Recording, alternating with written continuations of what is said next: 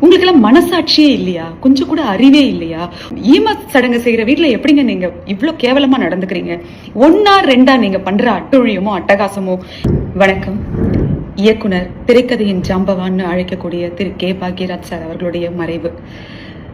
அந்த ஆத்மா சாந்தி அடையணும். அந்த குடும்பத்துக்கு ஒரு மிகப்பெரிய பலத்தை அந்த கடவுள் கொடுக்கணும். லைஃப் இஸ் அன்பிரடிக்டபிள் அப்படின்னு சொல்லுவாங்கல்ல, அந்த வார்த்தைக்குடைய உண்மையான அர்த்தத்தை இந்த மாதிரி நிகழ்வுகள் நம்ம தலையில ஓங்கி அடிச்சு அப்பப்ப சொல்லிடுது. நேத்து ஒரு திருமணத்துல சந்தோஷமா கலந்துக்கிட்ட அவருக்கு இப்படி ஒரு விஷயம் இன்னைக்கு காலையில நடக்கும்னு யாருமே நினைச்சு கூட பார்த்திருக்க மாட்டாங்க. எனக்கு இந்த காணொலியை பதியறதுக்கான ஒரு நோக்கம் என்னன்னா, அந்த கேடு கெட்ட மீடியாவை 4 கேள்வி கேட்கணும் அப்படிங்கிறதுக்காக தான்.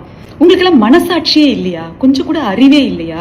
உங்களுடைய அந்த டிஆர்பிங்கிறதுக்காகவோ, முண்டி அடிச்சுக்கிட்டு யார் முதல்ல ஒரு நியூஸை கொடுக்கறது அப்படிங்கிறதுக்காகவோ எத்தனை பேருக்கு நீங்க இடைஞ்சல் கொடுக்குறீங்கன்னு உங்களுக்கு புரியுதா இல்லையா?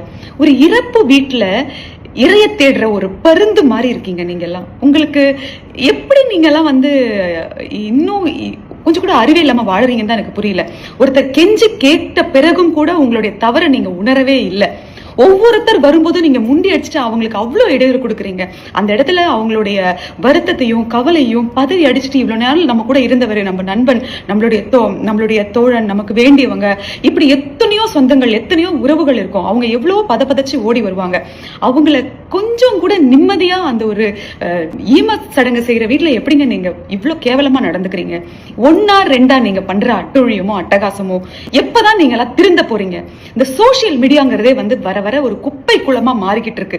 வேற எதுலயாவது போய் பணத்தை தேடுங்க. இந்த மாதிரி இறப்பு வீட்டுல தேடாதீங்க. எவ்வளவு விதமான இடையூறுகள் இருக்கும். வரவங்க எல்லாம் நல்லா ட்ரெஸ் பண்ணிக்கிட்டு வருவாங்களாங்க, சொல்லுங்க பாப்போம். கொஞ்சமாவது அறிவு இருக்க வேண்டாம்? அவங்களை கொஞ்சம் நிம்மதியா சுதந்திரமா கொஞ்ச நேரம் நின்னு அழ விடுங்க. நின்னு அந்த முகத்தை கடைசியா பார்க்க விடுங்க. இனியாவது இந்த மாதிரி செய்யாம இருக்கணும்னு நினைங்க. அதுதான் நீங்க அந்த பிரிந்த உயிருக்கு நீங்க காட்டுற ஒரு மரியாதை. அந்த ஒரு மரியாதை கூட தெரியாம நீங்கெல்லாம் சம்பாதிச்சு என்னையா பண்ண போறீங்க? கேடு கெட்ட கேவலமான மீடியா. இதுதான் என்ன பொறுத்த வரைக்கும் உங்களை பத்தின மனசுல இருக்கிற விஷயம். நன்றி.